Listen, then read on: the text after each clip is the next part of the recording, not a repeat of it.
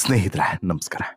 ರೇಣುಕಸ್ವಾಮಿ ಹತ್ಯೆ ಪ್ರಕರಣದಲ್ಲಿ ಲಾಕ್ ಆಗಿ ಅರೆಸ್ಟ್ ಆಗಿ ಜೈಲು ಸೇರಿ ಈಗ ನಂತರ ಮಧ್ಯಂತರ ಜಾಮೀನನ್ನು ಪಡೆದು ಚಿಕಿತ್ಸೆ ಪಡೆಯೋದಕ್ಕಾಗಿ ಆಸ್ಪತ್ರೆಯನ್ನು ಸೇರಿರುವಂತಹ ದರ್ಶನ್ಗೆ ಮತ್ತೆ ಒಂದಷ್ಟು ಸಂಕಷ್ಟಗಳು ಎದುರಾಗುವಂಥ ಸಂಭವ ಇರುವಂಥ ಸಂದರ್ಭದಲ್ಲಿ ಈಗ ಒಂದು ಫೋಟೋ ಸಿಕ್ಕಾಬಟ್ಟೆ ವೈರಲ್ ಆಗ್ತಾ ಇದೆ.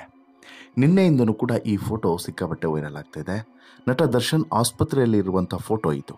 ಮಧ್ಯಂತರ ಜಾಮೀನು ಮುಕ್ತಾಯ ಇನ್ನೇನು ಬೆರಳೆಣಿಕೆ ದಿನಗಳು ಬಾಕಿ ಇರುವಂಥ ಸಂದರ್ಭದಲ್ಲಿ ಈ ಫೋಟೋ ವೈರಲ್ ಆದಂತಹ ವಿಚಾರದ ಬಗ್ಗೆ ಭಾರಿ ಚರ್ಚೆಗಳಾಗ್ತಿದ್ದಾವೆ. ಏನು ಕಾರಣ, ಇವಾಗ ಯಾಕೆ ಈ ಫೋಟೋವನ್ನು ವೈರಲ್ ಮಾಡಿದ್ರು, ಏನಿದ್ರ ಉದ್ದೇಶ? ಹೀಗೆ ಸಾಮಾನ್ಯವಾಗಿ ರೆಗ್ಯುಲರ್ ಬೇಲ್ ಸಿಗದೇ ಇದ್ರೂ ಕೂಡ ಈಗ ಮಧ್ಯಂತರ ಜಾಮೀನು ವಿಸ್ತರಣೆ ಆಗದಿದ್ರೆ ನಟ ದರ್ಶನ್ ಮತ್ತೆ ಜೈಲು ಸೇರುವಂಥ ಸಾಧ್ಯತೆ ಇದೆ. ಸದ್ಯ ನಟನ ಚಿಕಿತ್ಸೆ ಎಲ್ಲಿಗೆ ಬಂತು, ವೈದ್ಯರು ಏನಂತಾರೆ, ಇವೆಲ್ಲದೂ ಕೂಡ ಒಂದು ಕಡೆ ಆದರೆ ಮತ್ತೊಂದು ಕಡೆ ಫೋಟೋ ವಿಚಾರವೂ ಕೂಡ ಭಾರಿ ಚರ್ಚೆ ಆಗ್ತಿದೆ. ಹೀಗೆ ಒಂದೊಂದೇ ವಿಚಾರವನ್ನು ನೋಡ್ತಾ ಹೋಗೋಣ ಬನ್ನಿ. ಈ ಹತ್ಯೆ ಆರೋಪಿ ಆಗಿರುವಂಥ ನಟ ದರ್ಶನ್ ತುಗುದೀಪ್ ಅವರು ಆಸ್ಪತ್ರೆಯಲ್ಲಿ ಚಿಕಿತ್ಸೆಯನ್ನು ಪಡೀತಿದ್ದಾರೆ ಎನ್ನುವಂತಹ ಸಂಬಂಧಪಟ್ಟಂತಹ ಒಂದು ಅಪ್ಡೇಟ್ಸು ಮತ್ತು ಅದಕ್ಕೆ ದೃಢಪಡಿಸುವಂಥ ಕಾರಣಕ್ಕೋಸ್ಕರ ಒಂದು ಫೋಟೋ ವೈರಲ್ ಆಗ್ತಿದೆ. ಅದು ನಿನ್ನೆಯಿಂದನೂ ಕೂಡ. ನಟ ಹೈಕೋರ್ಟ್ನಿಂದ ಪಡೆದಿರುವಂಥ ಮಧ್ಯಂತರ ಜಾಮೀನು ಅವಧಿ ಮುಕ್ತಾಯಕ್ಕೆ ಇನ್ನೇನು ಹೆಚ್ಚು ದಿನಗಳು ಇಲ್ಲ, ಇನ್ನೇನು 8 ದಿನ ಬಾಕಿ ಇದೆ. ಈ 8 ದಿನಗಳ ಒಳಗಡೆ ದರ್ಶನ್ ಮಧ್ಯಂತರ ಜಾಮೀನು ವಿಸ್ತರಣೆಯನ್ನು ಮಾಡ್ಕೊಳ್ಬೇಕು, ಇಲ್ಲವಾದರೆ ಈ ರೆಗ್ಯುಲರ್ ಬೇಲ್ ಆದರೂ ಪಡ್ಕೊಬೇಕು. ಇದೆರಡೂ ಇಲ್ಲ ಅಂತ ಹೇಳಿದ್ರೆ ಅನಿವಾರ್ಯವಾಗಿ ದರ್ಶನ್ ಮತ್ತೆ ಜೈಲು ಸೇರುವಂಥ ಪರಿಸ್ಥಿತಿ ನಿರ್ಮಾಣ ಆಗಲಿದೆ. ಚಿತ್ರದುರ್ಗದ ರೇಣುಕಸ್ವಾಮಿ ಹತ್ಯೆ ಪ್ರಕರಣದಲ್ಲಿ 2ನೇ ಆರೋಪಿಯಾಗಿರುವಂಥ ನಟ ದರ್ಶನ್ ಬೆನ್ನು ನೋವಿನ ಹಿನ್ನೆಲೆಯಲ್ಲಿ ಮಧ್ಯಂತರ ಜಾಮೀನನ್ನು ಪಡೆದು ಬೆಂಗಳೂರಿನ BGS ಆಸ್ಪತ್ರೆಗೆ ದಾಖಲಾಗಿ ಚಿಕಿತ್ಸೆಯನ್ನು ಪಡಿತಾ ಇದ್ದಾರೆ. ಆಸ್ಪತ್ರೆಗೆ ದಾಖಲಾಗಿ 1 ತಿಂಗಳಾಗಿದ್ದು ಚಿಕಿತ್ಸೆಯನ್ನು ಪಡಿತಾ ಇರುವಂತಹ ದರ್ಶನ್ ಈಗ ಯಾವ ಸ್ಟೇಜ್ನಲ್ಲಿದ್ದಾರೆ, ಆಪರೇಷನ್ ಮಾಡಿಸ್ಕೊಂಡಿದ್ದಾರೋ ಇಲ್ವೋ, ಹಾಗೆ ಹೀಗೆ ಬೇರೆ ಬೇರೆ ವಿಚಾರಗಳ ಬಗ್ಗೆ ಚರ್ಚೆ ಆಗ್ತಿದೆ. ಇದೇ ಸಂದರ್ಭದಲ್ಲಿ ಒಂದು ಫೋಟೋ ದರ್ಶನ್ ಚಿಕಿತ್ಸೆ ಪಡಿತಿದ್ದಾರೆನ್ನಲಾದಂಥ ಒಂದು ಫೋಟೋ ವೈರಲ್ ಆಗಿದೆ. ಇದರಲ್ಲಿ ನಟ ದರ್ಶನ್ ಹಾಸಿಗೆಯ ಮೇಲೆ, ಅದು ಕೂಡ ಆಸ್ಪತ್ರೆಯ ಹಾಸಿಗೆಯ ಮೇಲೆ ಮಲಗಿಕೊಂಡಿದ್ದು ಸುತ್ತಮುತ್ತ ಚಿಕಿತ್ಸಾ ಪರಿಕರಗಳಿರೋದು ಸ್ಪಷ್ಟವಾಗಿ ಕಾಣಿಸ್ತಾ ಇದ್ದಾವೆ. ಹಾಗಾಗಿ ಈ ಫೋಟೋ ನಡುವಿನ ಹಿಂದಿನ ಉದ್ದೇಶ ಏನು ಅನ್ನುವಂಥದ್ದು ಒಂದಷ್ಟು ಚರ್ಚೆಯ ಮೂಲ ಬಿಂದು ಆಗಿದೆ.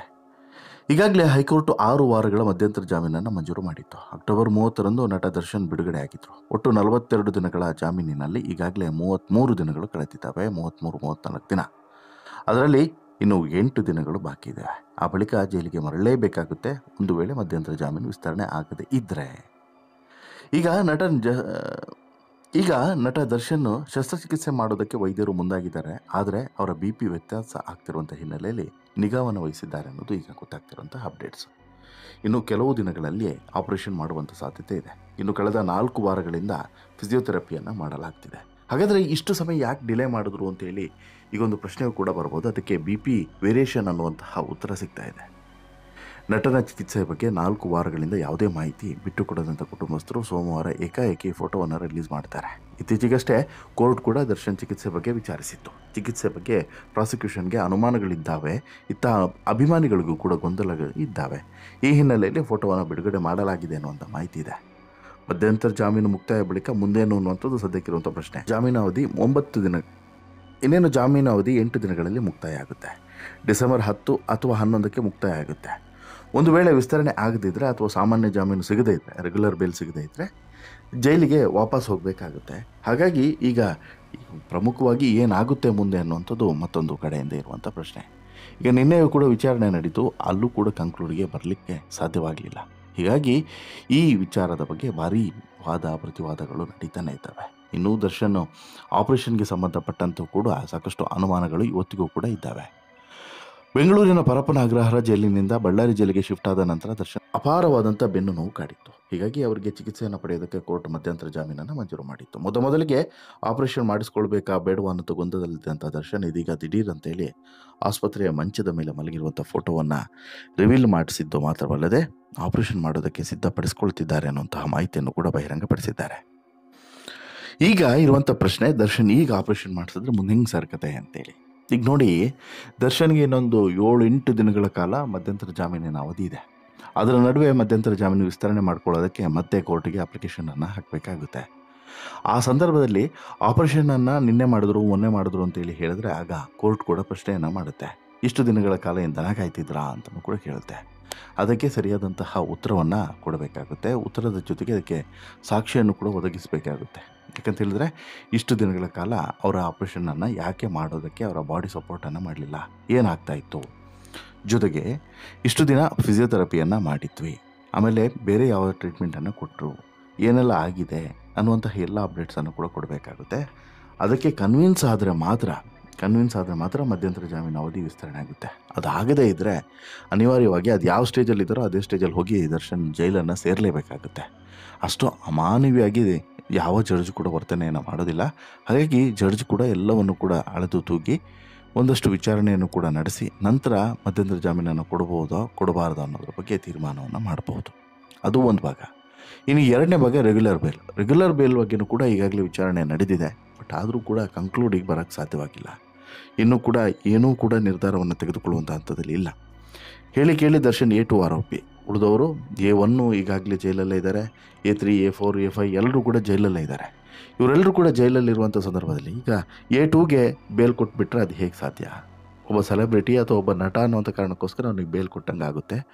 ಉಳಿದವರು ಕೂಡ ಅಷ್ಟೇ ಪಾಪಕೃತ್ಯವನ್ನು ಮಾಡಿದ್ದಾರೆ. ಇಲ್ಲಿ ಅವ್ರ ಮೇಲೂ ಕೂಡ ಅಂಥದ್ದೇ ಆರೋಪ ಇದೆ, ಇಲ್ಲಿ ದರ್ಶನ್ ಮೇಲೆ ಕೂಡ ಅಂಥದ್ದೇ ಆರೋಪ ಇದೆ. ಹಾಗಾಗಿ ಒಬ್ರಿಗೊಂದು ಮಾಡಲಿಕ್ಕೆ ಆಗೋದಿಲ್ಲ. ಎಲ್ರಿಗೂ ಕೂಡ ಸರಿ ಸಮನಾದಂತಹ ನ್ಯಾಯವನ್ನು ಒದಗಿಸಬೇಕು. ಹಾಗಾಗಿರೋದ್ರಿಂದ ಇಲ್ಲಿ ದರ್ಶನ್ಗೂ ಕೂಡ ರೆಗ್ಯುಲರ್ ಬೇಲ್ ಸಿಗೋದಂತೂ ಭಾರಿ ಕ್ಲಿಷ್ಟ ಅಂತಲೇ ಹೇಳ್ಬೋದು. ಬಟ್ ಮಧ್ಯಂತರ ಜಾಮೀನು ಅವಧಿಯನ್ನು ಬಹುಶಃ ವಿಸ್ತರಣೆ ಮಾಡ್ಬೋದು. ಅದು ಕೂಡ ಭಾರಿ ದಿನಗಳಲ್ಲ, ಸ್ವಲ್ಪ ದಿನಗಳ ಕಾಲ ವಿಸ್ತರಣೆಯನ್ನು ಮಾಡ್ಬೋದು. ಈಗ ವೈದ್ಯರು ಕೊಡುವಂತಹ ರಿಪೋರ್ಟ್ ಅದು ಪ್ರಮುಖವಾಗಿರ್ತದೆ. ವೈದ್ಯರು ಏನು ರಿಪೋರ್ಟನ್ನು ಕೊಡ್ತಾರೆ, ಯಾವಾಗ ಆಪ್ರೇಷನ್ ಮಾಡಿದ್ದು, ಎಷ್ಟು ದಿನಗಳ ಕಾಲ ರೆಸ್ಟ್ ಬೇಕು, ಇನ್ನು ಏನಿದೆ ಕಂಡೀಷನ್ನು, ಮತ್ತು ಇನ್ನು ಮುಂದೆ ಯಾವ ರೀತಿ ಇರುತ್ತೆ ಟ್ರೀಟ್ಮೆಂಟು, ಇವೆಲ್ಲದೂ ಕೂಡ ಇಂಪಾರ್ಟೆಂಟ್ ಆಗುತ್ತೆ. ಒಂದು ವೇಳೆ ಮಧ್ಯಂತರ ಜಾಮೀನು ಅರ್ಜಿಯನ್ನು ಸಲ್ಲಿಸುವಂಥ ಸಂದರ್ಭದಲ್ಲಿ ಇನ್ನೂ ಕೂಡ ಅವರಿಗೆ ಆಪರೇಷನನ್ನು ಮಾಡದೇ ಇದ್ದರೆ ಅದು ಬೇರೆ ರೀತಿಯಾದಂತಹ ಮೆಸೇಜನ್ನು ಕೂಡ ಕೊಡಬಹುದು.